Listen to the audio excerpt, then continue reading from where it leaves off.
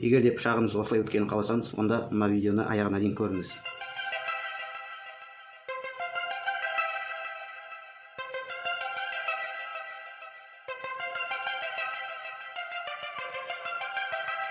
Ассалаумағалейкум, сіздермен бірге ауылдың жігіті Жәнібек. Бүгін бізде мынандай керемет пышақ, қолдан жасалған. Досым әкеліп тастады. Бізде енді сауымның маусымы басталды. Пышақтарымды қайрай жүрдіңіздер. Енді мына пышақтың жүзін шарғараққа салып, жүзін бүлдіріп алған екен. Осы пышақты қайрайтын боламыз. Яғни өткір болу үшін бір арнайы бір әдістерді қолданамыз. Тексеріп көрейік. Көріп отырсыздар, жыртып кеспейді, яғни өтпес, таза өтпес пышақ болып тұр. Осыны енді қолға аламыз. Яғни бір жақсы методика істеп көрейік. Осындай жуан қайраққа саламыз. Су маңызды, кейін мынандай қайрақ қолданамыз. Суға салып қойған жақсырақ болады қолдану үшін. Яғни әуелі біз ірі жуан қайраққа саламыз. Яғни кері қайрау әдісі арқылы бірінші кері не себепті кері қайраймыз, яғни жүзін бізге шығару үшін, жүзін келтіру үшін. Яғни шамамен 20 градуста, 22-20 градуста. Яғни оны қалай анықтаймыз десек, көзбен 90 градус, жартысы 45 болса, оның жартысы 22 жағында сәл жатқызамыз. Қайрағанда бұлай емес, яғни қиғаштаныңқырап қайраймыз, бұлай қиғаш жатқызып. Пышақтың ең түбі дейді, оны тұтқа ұстайтын жерін қайырмаған жөн керек, яғни көбінесе саусақ десек, бұл жерде қайралмаған жақсырақ болады. Осылай ұстаймыз да, әкеліп кері тақамыз. Кері тағып, жүзін басын шығарып аламыз. Яғни осылай бастаймыз, кері тағып шығарып жібереміз. Бұлай кері тартамыз, мынаны шығарып жібереміз. Сосын бұлай кімге қалайын ба? Екінші бетін осылай. Яғни қиғашынан қоямыз. Сол кезде мына шеті бізде қайралмайды. Жай тартып, кетіп, шая берсе, артын көтереміз, жүзі қайрау алу үшін, бас ұшы қайрау алу үшін. Арт жағын көтереміз, ұшы қайралады. Сонда бірдей болады. Яғни екі қолмен алмай десек. Мына екі саусақпен бас ұстап тұрамыз, яғни салмақ болу үшін. Пышақ ешқашан тез қайралмайды, яғни 5 рет былай жанып, 5 рет былай жанып, пышақ өткір болып қайралып кетпейді. Ондай әзірше 1 минутта қайрайтын супер әдіс жоқ ондай. Пышақ қайраусына сағаттап уақыт кетеді. Оны көбісі түсіне бермейді.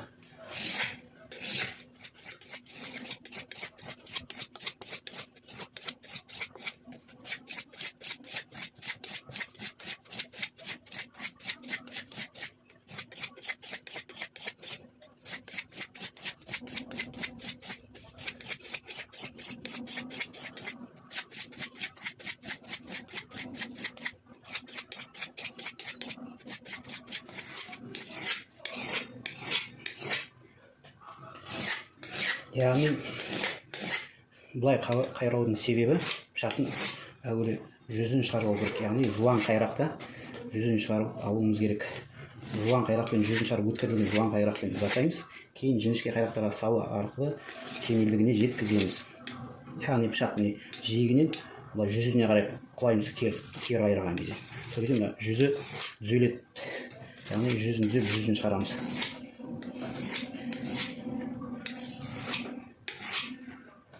Байқағанымыздай, ана бөгілден қарағанда көрініп тұр.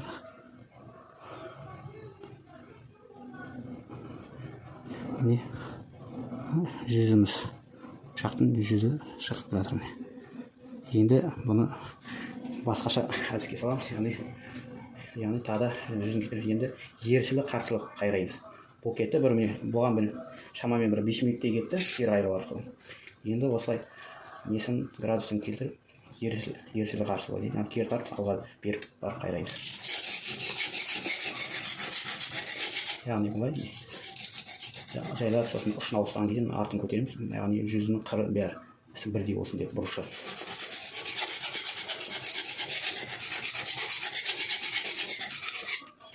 Ауыстырып отырамыз мезгілмен.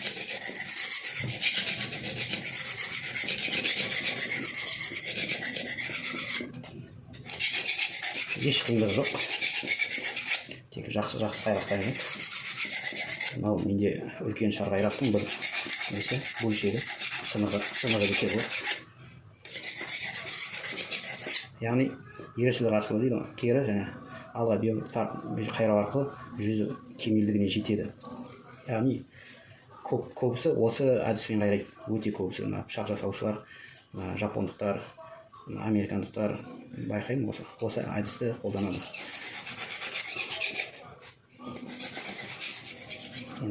Суға бір мал жүрейік.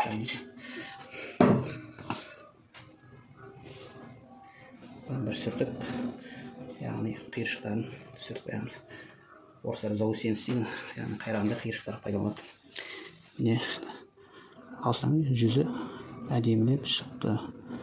Жүзі көрінгендей болып күнге шағылысып тұрмын. Ендігі әдіс, осы әдіс қайрақты ауыстырамыз.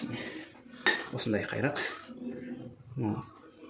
Шамал жүздік болса, 126 сияқты. 200-лік, немесе 400-лік пен 200-лік болу керек, сондай қателеспесем. Біз барған сайын жұмсаққа сала береміз. Енді бізде қалаларда қайрақ қараймыз, қайрақ жоқ.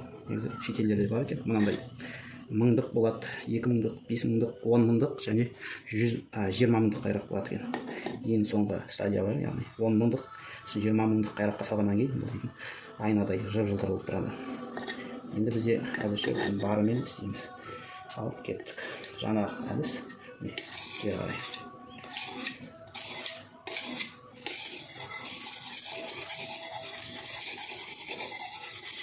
Яғни басында бүйтіп кері тартып, 2-3 мәрте осылай кері тартамыз. Сосын ерсі бағасылып кете береміз. Яғни олайда бір 5 минутте қайрау керек, ерінбеу керек ең бастысы.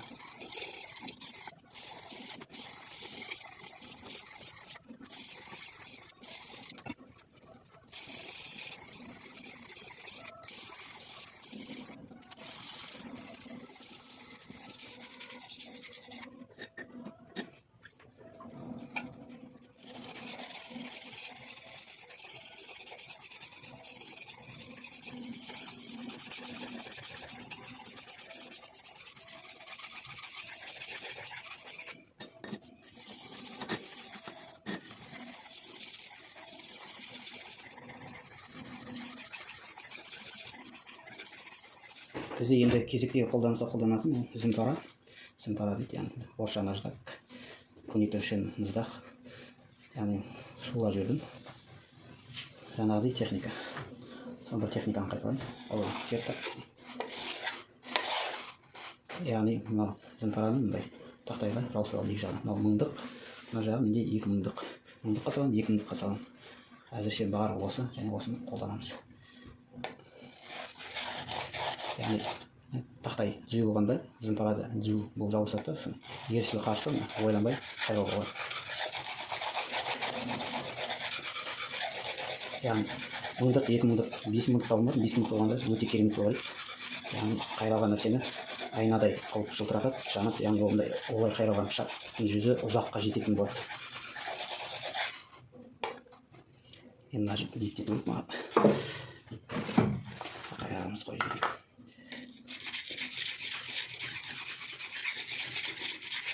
Егер су тамыз болсақ, дыңқылдамасақ, зымпара нетіп кетеді, жаңа шаңы шығып, құмы шығып, шаңдап дұрыс қайраумен кетеді. Яғни қайрау техникасы осы, өйткені шығарамыз және ерсілі қарсымыз. Ауыстырып отырамыз, яғни оң жағын, сол жағын ыңғайлап.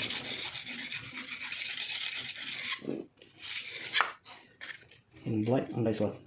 Осылай бейімделгеннен кейін екі жақта міне бір қалыппен істеу керек. Былай істеп кейін былай, былай сосын былай ыңғайсыз, яғни салмақ дұрыс түспейді, дұрыс қайралмауы мүмкін. Сондықтан осы ыңғаймен екі жаққа бірдей салмақпен бас. Міне пышақ қайралып болды. Қағазда тексеріп көреміз. Ал кеттік.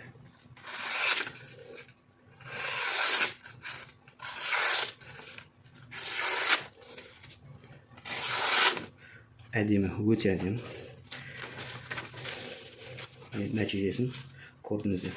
өтпейтін шақ. Міне осындай қарапайым үй жағдайында осындай дәрежеге жеттік. Егер бұл видео ұнаған болса, лайк басамыз, пікір қалдырамыз және жақындарыңызбен бөлісеміз. Әрине арнама жазыламыз. Қазақша блогты қолдап жүрейік. Кездескенше саулықта болайық.